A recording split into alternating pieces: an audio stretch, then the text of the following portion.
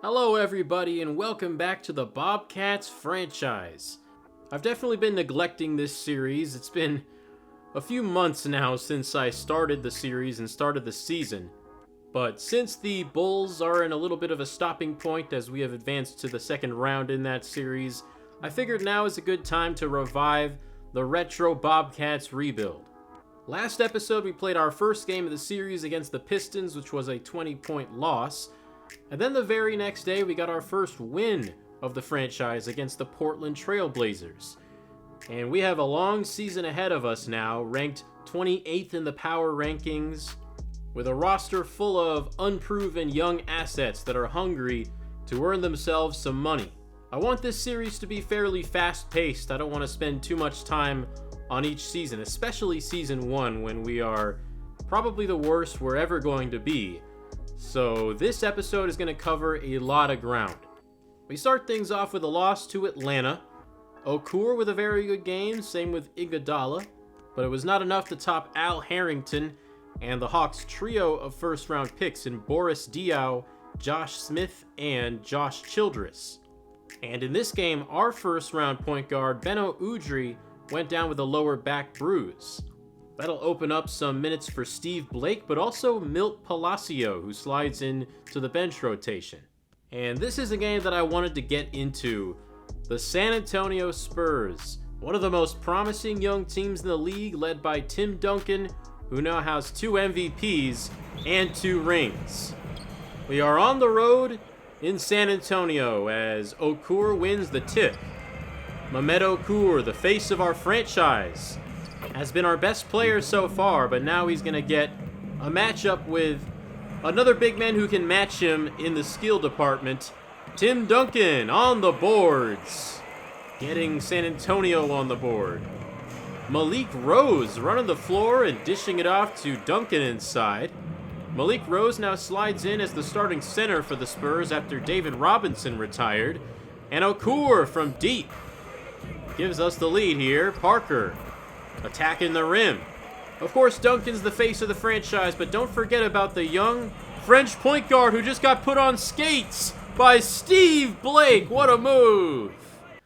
Steve Blake, an expansion draftee from the Wizards, making quite an impression here with this crossover. Okur wasn't even trying to set the screen there, but Blake basically forced him to.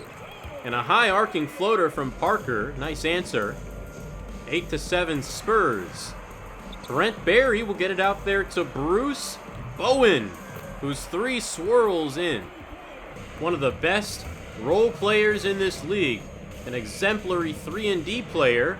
Parker inside to Duncan. Good, plus the foul. Duncan making his interior presence felt. Blake with another nice move, drawing the foul on Tony Parker. And nice defense from Haslam on Tim Duncan. 13-9, Okur pump fakes, drives, and lays it in. Okur's ball handling ability is so underrated, man. That did not look like a center. Duncan getting his own rebound and putting it back. Manu Ginobili off the bench with the dish to Duncan down the lane. San Antonio getting their way as Duncan showing some emotion there. We do come back at the end of the first. It's tied here in the second. Ginobili knocks down a free throw. Lynch out to Willie Green. Green driving baseline, an athletic finish. The first pick of the expansion draft, coming over from the Sixers. He has the ball again, gets Ginobili off his feet, and gets around him! Highlight reel move for Willie Green.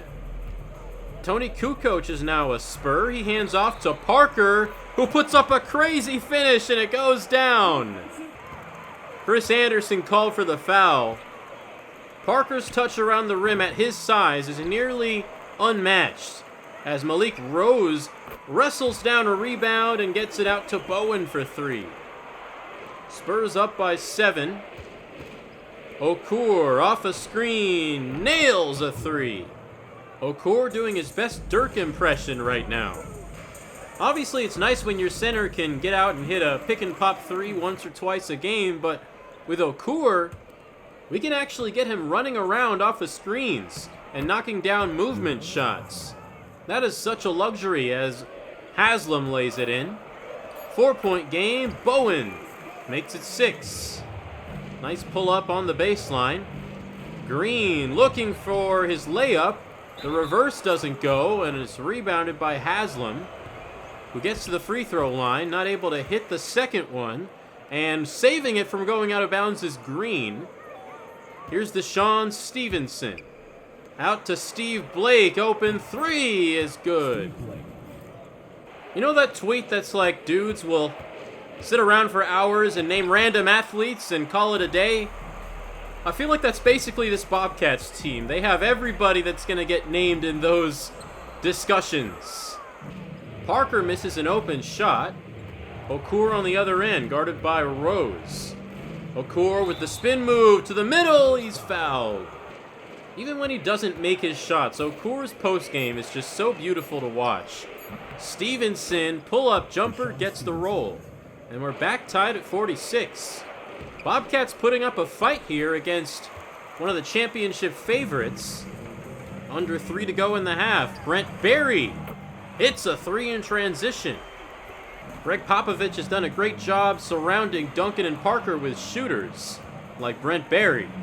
Blake, nice shot there. He's not afraid to pull up coming off the ball screen. That's one of his best skills. Duncan backing down Haslam. Haslam gives us the best chance to force a miss there, but even he's going to struggle. Ginobili pull-up jumper goes. 3-point game, Ginobili again, no. Duncan hauls it in and dunks it home. And he hits the I can't hear you celebration. Duncan is fired up to play this Bobcats team. Another nice shot from Steve Blake. What a half from him. 11 points. He's not usually a volume scorer. And Rasho Nasterovic hits a crazy shot at the end of the half. Okur trying to answer, he does not. And we are through 2 quarters in San Antonio. Spurs leading by 5. And I cannot complain about our efforts so far. Tim Duncan, though, has been hard to stop. 18 points, 9 of 13 from the field. I love how that old school graphic looks. Duncan, up top, guarded by Haslam, taking his time, scanning, handing off to Parker. Parker, up top to Duncan! A magnificent connection between the two Spurs superstars. Blake stepping back for 3, he's got it. He continues to keep us in the game here. He's got to guard Tony Parker, though, which is not an easy task. He hits him with the half spin into the floater. That is advanced stuff. Stevenson with a 3 off the catch. We're over 60 here in the third. Fairly high-scoring affair. Parker inside to Duncan. Duncan banging bodies against Haslam, and he lays it in. Parker trying to post up Blake, and he throws it away. Andre Iguodala up court to Stevenson. And it's a 1-point game here. Parker, another pick and roll with Duncan, and this time he takes it himself. Okay, I think Parker's ready to take over this game. What a floater there. The Tony Parker teardrop. One of the best signature moves in the game. As Blake continues to knock down shots. 17 for the Maryland product. As Parker is in takeover now. He's going to put up a heat check. The 3 is good. Tony Parker is putting on a show. His team only up 6. Blake with a nice dish of his own inside to Chris Anderson. These 2-point guards are putting on a clinic, at least offensively. Parker blows by Blake there. Halfway through the third, Blake dancing. Pull-up jumper, and this one doesn't go. That was his heat check.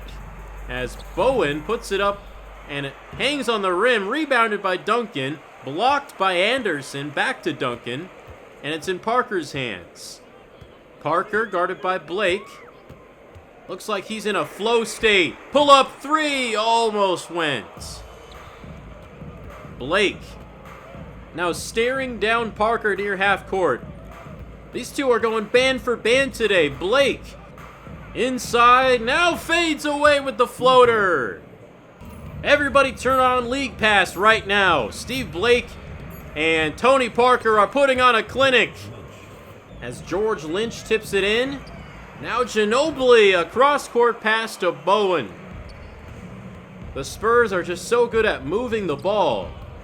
And now they get in the passing lanes. Nesterovic tips it, and diving on the floor for it is Bowen. As Blake reaches in for a foul. And Duncan floats in the baby hook. Still tightly contested here in the fourth. Ginobili, nothing but net. 86-81. Here's Milt Palacio, who has it stripped by Tony Kukoc. Kukoc all the way for two. And we got to be careful here. The fourth quarter is where the Spurs can go on some big runs. Stevenson, though, hits a three to make it 5. Tony Parker pull up from the elbow. Money. People talk about the most unstoppable players in 2K, like Gerald Green, guys that are better in 2K than real life, but Tony Parker, I know he was good in real life, but for some reason, every time I play Tony Parker, and this has been happening for years now, in multiple 2Ks, he's just unstoppable on those classic teams. And he was giving me the business today as Ginobili makes this a double-digit lead. Tony Parker can't finish, and we get a stop. Willie Green up court to Blake. Finds Stevenson running the floor. 15 for Stevenson. We continue to fight with 7:40 to go. Parker. Man, he's just got so much in his bag. Finishing around the rim. That time he stops short and takes a mini jumper. Stevenson open and knocks it down. Spurs up 7. Ginobili with a bump and a drive, and he's blocked by Stevenson. Great recovery on defense. Okur nearly had it stripped by Parker, and this time he gets the better of him. Parker down the floor. Spinning, shooting, and scoring. Tony Parker is unstoppable today. 98-89. Steve Blake a floater. This doesn't go. Rebounded by Parker. Parker rushing it up the floor. Ginobili inside the three-point line. Spurs over 100 points. Blake step back jumper. And the magic from Steve Blake running out. This is his best game of the year so far. Ginobili, a second chance, hits the three. Spurs up 14 with 5 to go. Deshaun Stevenson drives baseline around Brent Barry for 2. And converts the and 1. We need a run right now. Okur, down low, gets it to go, plus the foul. Now Parker with a nasty hezzy move and the dish to Duncan. TD and TP. Too much for us to handle. Haslam inside, gets it to go over Duncan. We close in on 3 minutes to go in the game. Parker coming back for more. Oh my goodness, what a spin move. He doesn't take the shot himself. Instead, he hands it off to Rose. He's too shifty. Blake with another ankle breaker, but he can't finish it off this time. Blake has fought honorably today, as Malik Rose will finish through contact. The foul goes on Stevenson, and it's now an 11-point game with 90 seconds to go after the Okur turnaround shot. Duncan inside, that should be the finishing blow. Blake still attacking, rebounded by Okur. And Blake is trying to get over 20 points. The shot is up. It's good. He gets over 20. A buzzer beater for Steve Blake. Makes it an 11-point loss. Gotta love the fight from the young Steve Blake. He leads us in scoring today as we had 3 players over 20. Tony Parker on the other side has 33, while Tim Duncan had 28 points, 21 rebounds. Yeah, these guys are really good, and honestly, I'm pretty happy with how we looked against them. We continue simming through the beginning of this season. Iguodala with a 36-point game with 4 blocks and a win over the Warriors. Wow, I'm so happy we got him at pick number 4. And that was enough to outlast 40 points from Jason Richardson. And we are now 2-3, heading into a November 6th game against Shaq and the Miami Heat. And we're putting together another close battle against a championship contender. We're going to jump into this one as Okur has 34 points on 15 of 18 shooting. Steve Blake, not the best game from him, 1 for 10 from the floor. We're actually going to run Iguodala at the point guard. Once we can get a little sub in. Steve Blake in for the time being, splitting the defense for 2. Maybe I should keep him in. He does come out. Hedo Turkoglu off the screen. We lead the Heat by 1 with 90 seconds. Iguodala to the open Okur, and he's not open for long. Shaq just pummeled that shot. Dwayne Wade with his new pick and roll partner. Wade, pull up jumper, no. Haslam with the board. Snatching that away from Shaq. Mehmet Okur is doubled. Stevenson in the corner. Now it's back to Okur, who's fouled at the rim. And listen to this. Okur's already getting MVP chants from the Charlotte fans. I'm loving the energy from this fan base.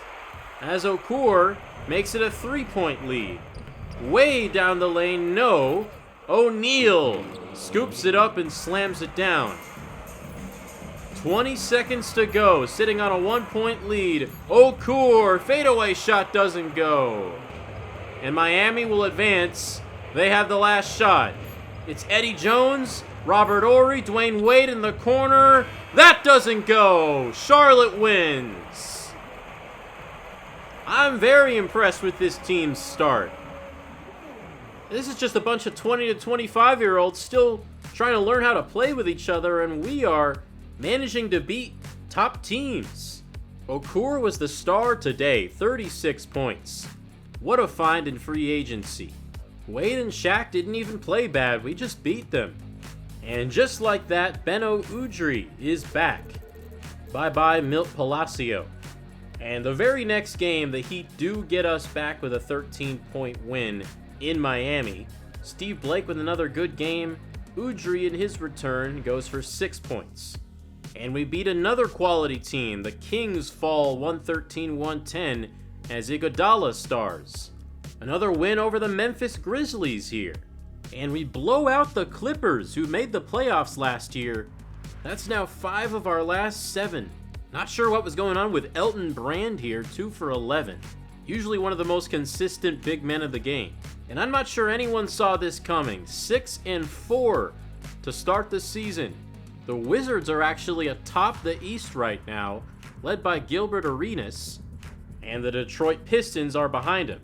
Our first trip to the Garden is not a very fun one. We lose big to the New York Knicks. I actually played this game, but there wasn't a whole lot of interesting stuff in there, so I decided not to put the footage into the video. We were getting carved up by Allen Houston, but most notably, number 1 pick Dwight Howard, 21-16. That ends a little 3-game winning streak as we make our way through the month of November. 6-5, and here is the players' stats. I'm going to try to do a better job of showing you guys these throughout the season. Look at this stat line though from Mehmet Okur. 21 points per game, 11 rebounds, over 5 assists, and he's been doing it efficiently as well. The rookie Iguodala is also having an amazing start to his career. Never mind the 16.5 points, 5.2 assists, 1.3 blocks, and almost 1 steal per game. And if you look a little bit downwards, Beno Udrih, 9.3 points per game on 56% from the field. I'd say I'm pretty happy with the contributions from our 2 first-round picks. Here's a loss to the Chicago Bulls, and a win over Atlanta with Deshaun Stevenson starring. The Sonics are a team that looks poised to improve this year with a young Ray Allen, and they beat us by 11. Now we beat the Raptors in a tight defensive battle. Okur 6 of 20 from the field, but made up for it with perfect free throw shooting. And we're still not quite good enough to beat this Wizards team who is surprising everybody this year. What a performance from Gilbert Arenas. And we've fallen down the standings just a little bit, 5-5 out of our last 10, and we are sitting at the back of the playoff picture. One team we're ahead of is the Cleveland Cavaliers. 7-12, LeBron looks as good as ever, but his team is not picking up the slack. Here's the Simcast with 3:46 remaining. Iguodala with quite a game here, leading us in scoring while LeBron leads his team. Iggy versus LeBron. I think this calls for a player lock. This is one of my favorite things to do in a franchise, just highlight individual matchups with player locks. Oh, what a jam from LeBron James. I'm not sure we've seen anybody as athletic as this man. Iggy's pretty athletic himself, but he had no chance stopping that freight train as he posterizes Mehmet Okur. Now he gets it to go from outside. Just like that, our lead is dwindling at 1 point. Thankfully, Okur is an absolute beast down low. LeBron out to Jason Capono. We actually drafted him in the expansion draft and then traded him back to his original team for a second-round pick. So he had a bit of a chaotic summer. I bet he's looking for revenge here. 2-point lead. James inside, and Iguodala is absolutely gassed. He is not defending LeBron down low. Okur, what was that? He tries to pass it out, and James steals it and takes it coast to coast. A foul will send him to the line. 30 points for the chosen one. Misses the first, but makes the second. And the Cavs lead. Under a minute. And blocking Okur is Zydrunas Ilgauskas. James to Capono, a three. Good! Capono with 2 huge threes. And our lead has vanished. Iguodala is trying to get open off the ball. Nothing comes of it. Udry, a three! What a cold-blooded shot from the rookie Udry. Back down to 1 as we foul Jeff McInnes, who hasn't had the best game, but he does hit both free throws. Down by 2, Iggy to Okur. The jump shot is short. Rebound Cavs. James taking it down the floor, and he's fouled. We need him to miss one of these 2 free throws. First one's good. And the Cavs have a 2-possession lead with under 6 to go. LeBron James and Jason Capono taking over down the stretch. We need a quick basket and then a turnover or a foul. Inbounded to Stevenson, a three is good! A lot of crazy shots down the stretch of this one. What will happen now? We foul McInnes again. He can make this a 3-point game. Charlotte has 1 more timeout remaining. McInnes hits both. 99-96. We advance the ball with the timeout. And we got our best shooting lineup in there. Pat Garrity will sub in as I turn off player lock. Who do we trust with the game on the line when you need a 3-pointer? Udry trying to get open. We get it to Stevenson, a whistle. And did we just call another timeout? Isaiah Thomas just had a terrible mental lapse. He didn't like how the play was materializing, so he called another timeout, and we were out of timeouts. We just pulled a Chris Webber, and that leads to our demise. What an anticlimactic way to end this game. We could have at least had a chance to send it to overtime, but instead we don't even get a shot off. Now that's the kind of mistakes I would expect an expansion team to make. Get ready for a roller coaster ride this season, everybody. I am still adjusting to not having the timeout count appear on the score bug in these retro games. This was bound to happen at some point. I wanted to bring attention to Steve Blake, who just had an awful game. Here is his shooting splits, 43-39. He's had some good games and some bad ones, but this is pretty unremarkable production from him. I bring this up because our bench point guard, Beno Udrih, has been much more efficient to start the season. I know Blake just had that really nice game against the Spurs, but this was always going to be somewhat of a point guard battle. No one clearly deserves the starting job, at least not right now. And I believe Udrih should get a chance, as right now he's shooting 53% from the field, 50 from 3. And the rookie Beno Udrih is going to get his first start of his career in the next game. Here is our first scouting day of Season 1. And it goes without saying that scouting is not going to be a big part of this series. Of course, all these players are real, but I guess this can be a little bit of a preview of the upcoming draft class. Some of the top prospects here: Chris Paul, David Lee, Andrew Bogut, Andrew Bynum, Darren Williams, Monte Ellis, Nate Robinson, and don't forget about Danny Granger. A lot of talent at multiple positions coming into the league next year. And this is our third time playing the Washington Wizards here in this episode, and we're up by 6 in a low-scoring grinder. Beno Udrih in his first career start, 6 points, 2 of 3 shooting. We've already lost to them twice. Can this finally be the day that we knock them down? And we do! 92-75, the final score. Not the finest game from Gilbert Arenas, who went 4 for 20. Another game against the Grizzlies here, led by Pau Gasol, and we didn't stand a chance, losing by 21.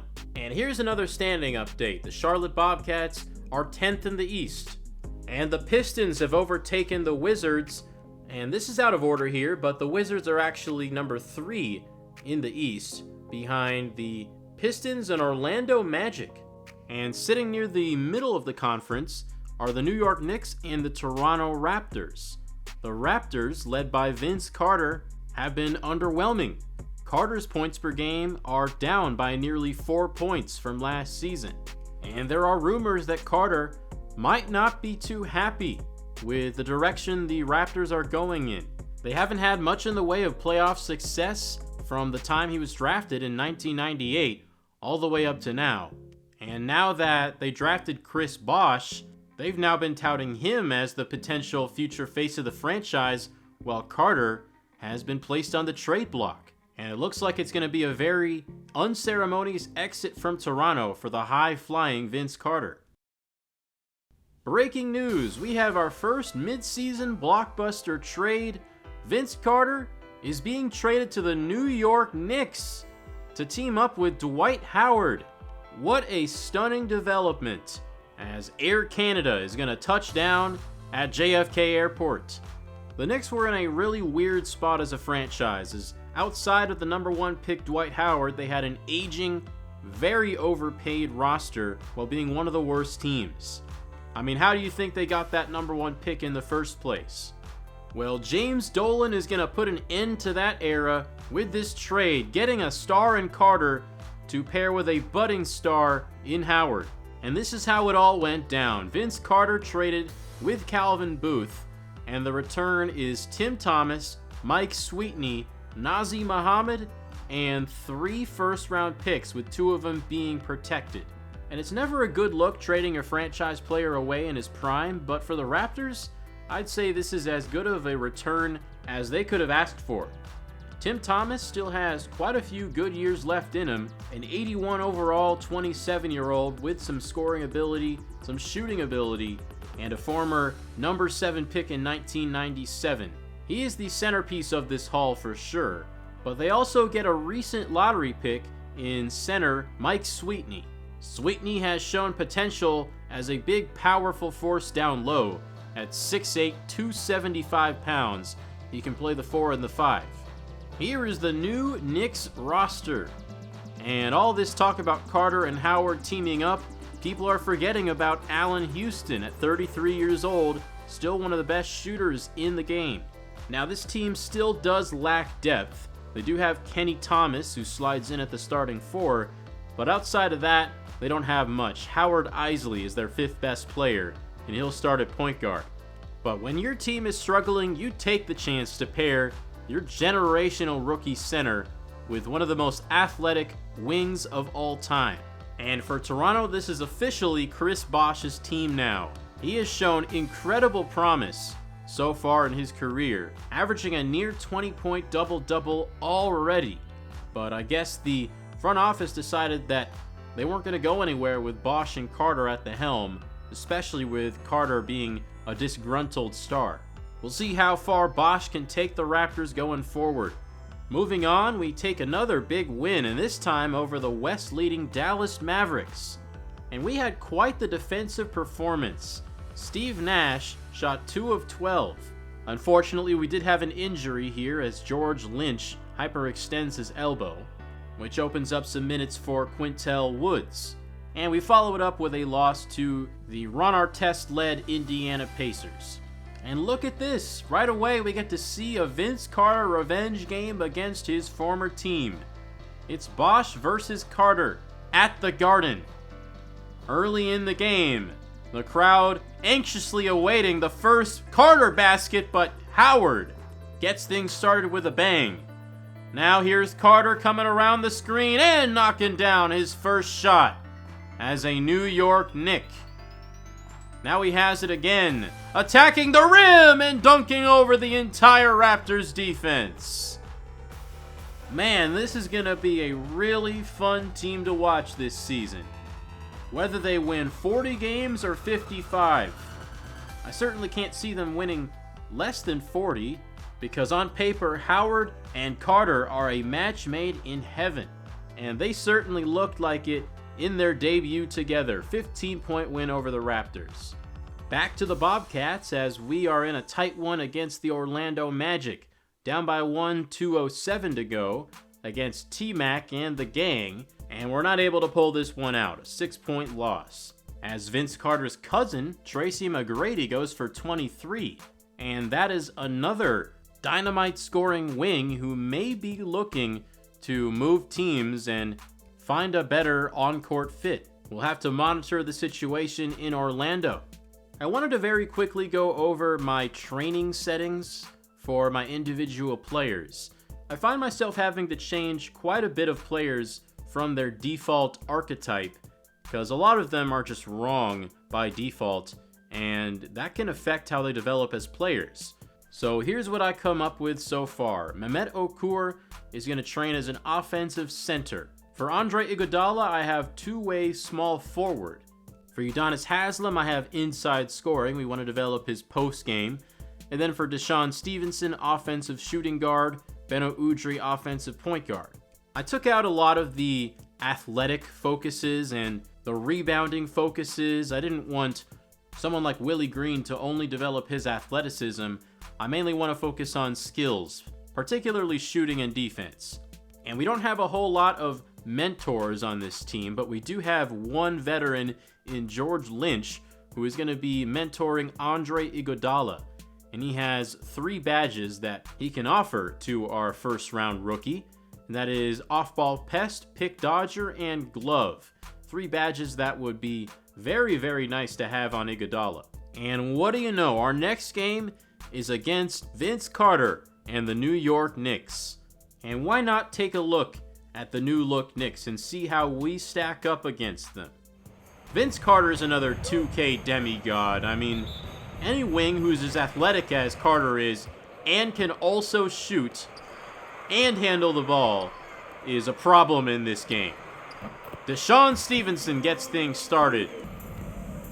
I'd originally had a different game against the Knicks recorded and ready to put in an episode as Carter knocks down a 3.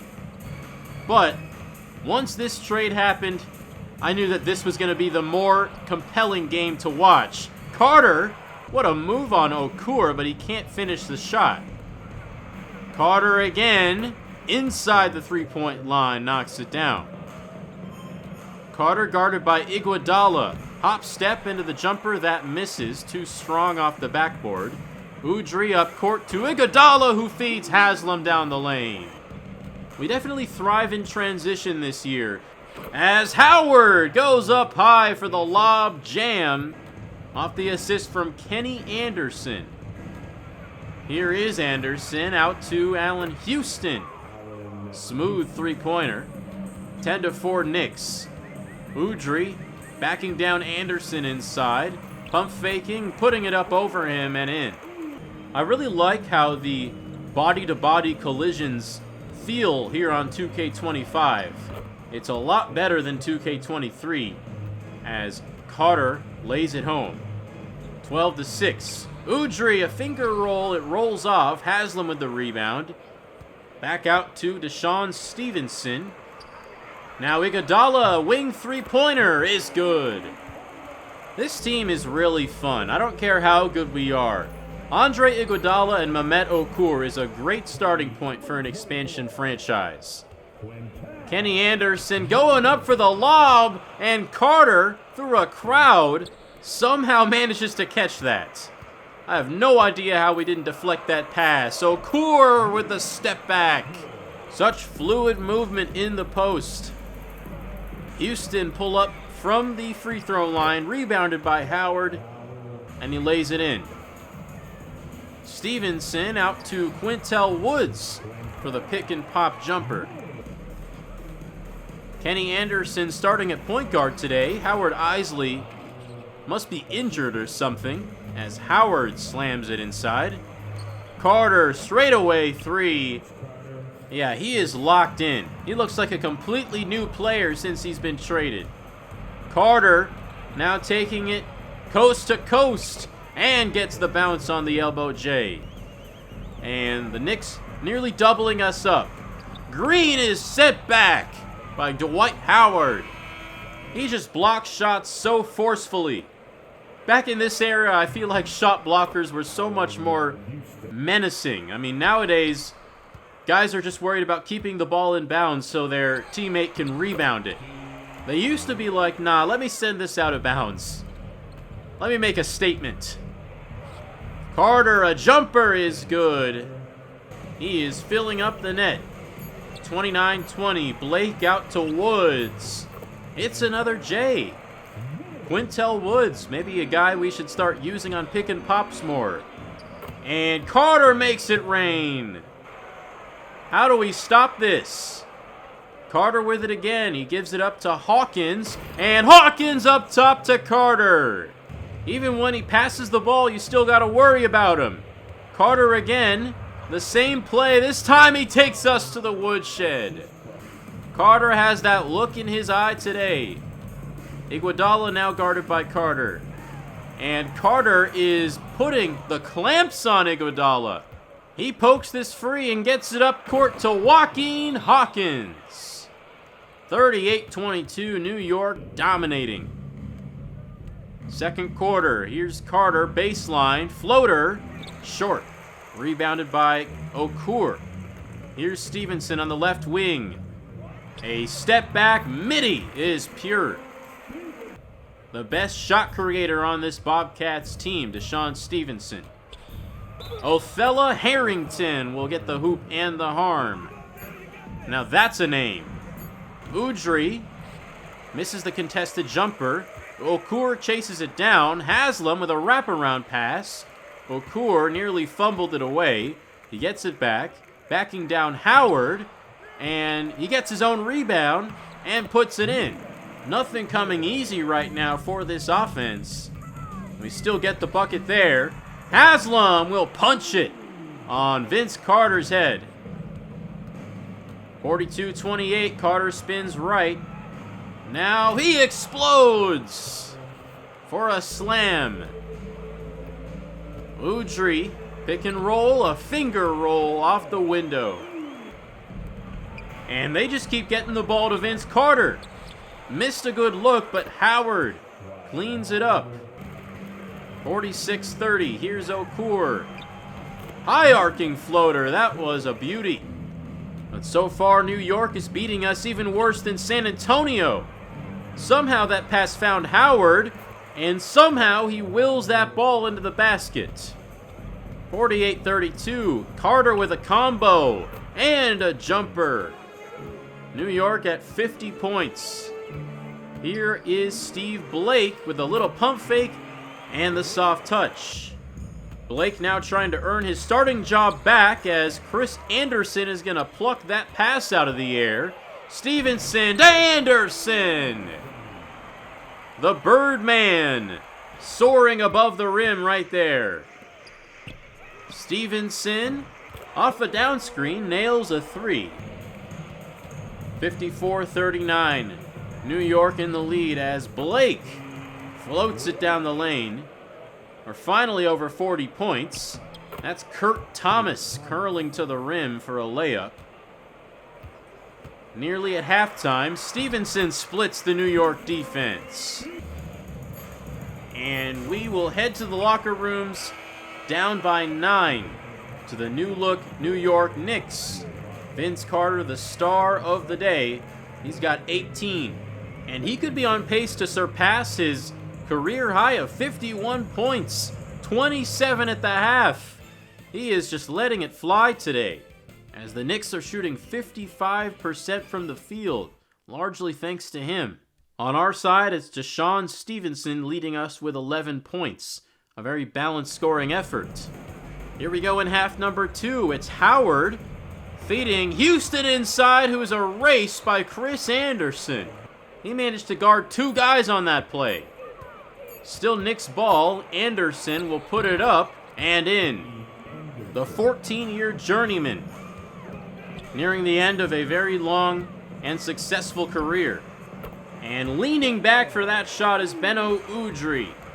Created a lot of space with the step back. Stevenson trying to get around Carter. He cannot, but Okur is there to punch it home. 62-51. Okur running out of energy here. He's going to back down Kurt Thomas and nail the fadeaway. Another tough shot from Ahmed Okur. Carter back for more. He can't hit that. Howard with the flush.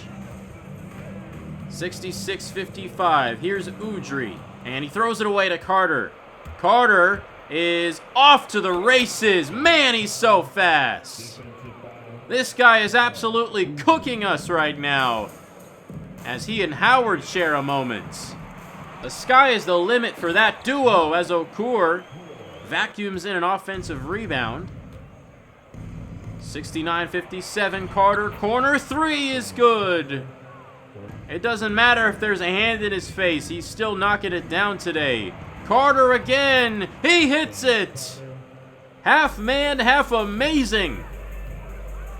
Okur with the crossover and the elbow pull-up is money. This time Carter will pass it off to Howard. He draws the double team. Back out to Carter. Now guarded by Haslam. Carter gets around him! Vinsanity! He pulverizes Quintel Woods. That man has a family. As Udrih throws it away, Houston with a breakaway slam. This Knicks team looks scary. Udrih off the window as we continue to try to find a way to come back. Howard draws another double team. And then he just passes it off to Othella Harrington, who cuts to the rim. 20-point game. This stadium is silent. Udrih, a nice finger roll. He and Steve Blake are really good at that move. Houston a three, and we left him way too open. The contest was too late. The lead is 21 for Carter and Co., and finishing through a crowd. He is nearing 40 points already. Stevenson, deep three goes down. 14 for him. As we head to the fourth quarter, a comeback looks fairly unlikely. That's a nice pass from Deshaun Stevenson inside to the Birdman. 11 minutes to come back from 18 down, make that 20. And with the free throw, it's 21. Othella Harrington continuing to punish us inside. Hasn't missed a shot yet. Here is Frank Williams with a deep three. And we are getting pummeled. 26-point game. Beno Udrih with another highlight play. He is so crafty. Here's Houston, another pull-up jumper. That's too easy. Now nearly a 30-point game. Blake pick and roll with Haslam. Haslam with the slam. Getting close to bench emptying territory. It appears the Knicks have already done that outside of Allen Houston. I mean, out of all the guys, he's the guy you'd want to sub out, as he is the oldest player that you would want to conserve. But nope, he's still killing us.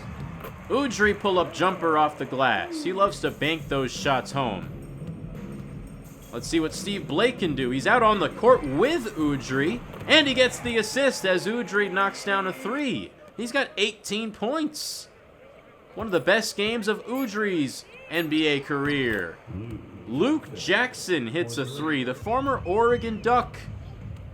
If you live in Oregon, you remember the two Lukes back in the early 2000s for Oregon basketball.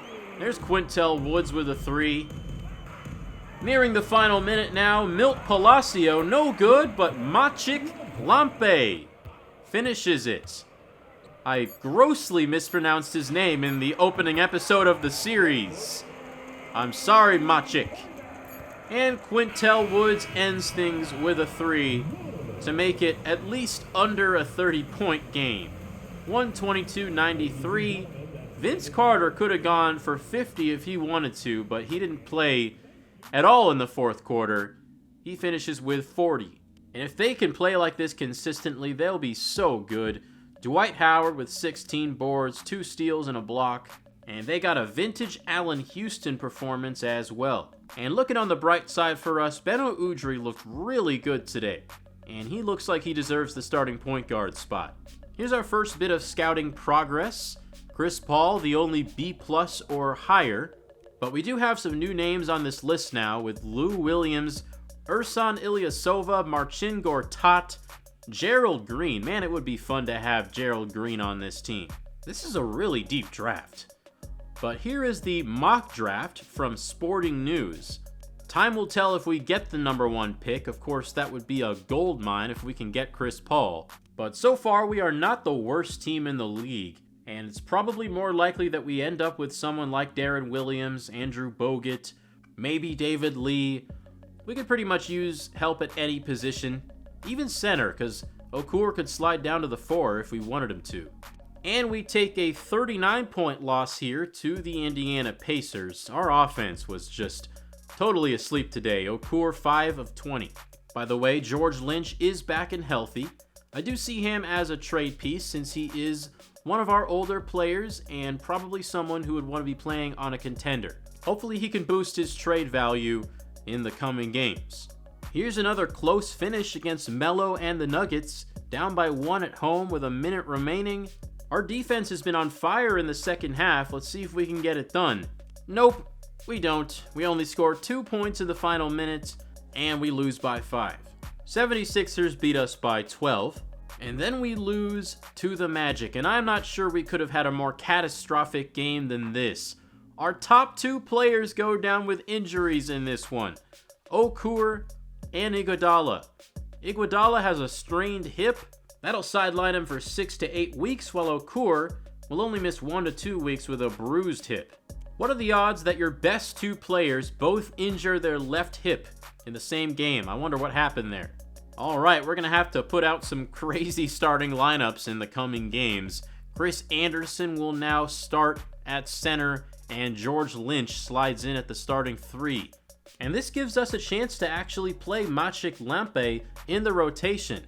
This is a guy who is very young, very athletic for his position, and has a high potential grade. So let's see what he's made of. And after that game, we now have 8 straight losses, heading into our Christmas Eve game against the Warriors. We have fallen all the way down to 14th in the conference and a 10-18 record. I think it was pretty clear that we were not going to be contending at the beginning of the season, and now we turn our attention to the Tankathon. The worst team in the league has a 25% chance at the number 1 pick in this era of the lottery, and at this point, that goes to the Milwaukee Bucks, who have a 6-22 record. And there are 3 teams in the West that are worse than us in the Rockets, the Shaqless Lakers, and the Portland Trailblazers. I would go as far as to say that all of those teams have more talent than we do, and we can very easily fall all the way down to number 30, especially with the way we're playing right now. I wanted to check in on the rookie ladder and see if Iguodala has any chance of winning Rookie of the Year. Being out for 6 to 8 weeks with an injury certainly isn't going to help him, but it also looks like Dwight Howard is going to run away with this award. 22.3 and 10 rebounds per game with 2.2 blocks as a rookie. That is future Hall of Fame caliber. Josh Smith and Jameer Nelson are both having very good rookie years as well, about on the level of Iguodala, but just because of the fact that Iguodala does it on both ends, I mean, he's got 1.6 blocks and 1.2 steals per game, and he's good at playmaking with 5 assists. I think I would go out on a limb and say that he's been the second best rookie in the league this year. And we're going to close the episode out with one more simmed game. We lose this to the Warriors, as Jason Richardson puts on a Christmas Eve show. And just like that, in one episode, we've gone from 2 games into the season to 29 games in. Nearly to the year 2005. We are 10-19 and losers of 10 of our last 11. I think there was still a lot of interesting action in this episode, mostly coming from the teams we were playing against, though, not from us. But it was really enjoyable for me to revive this franchise again. I'm hoping to get some more momentum on it in the coming months.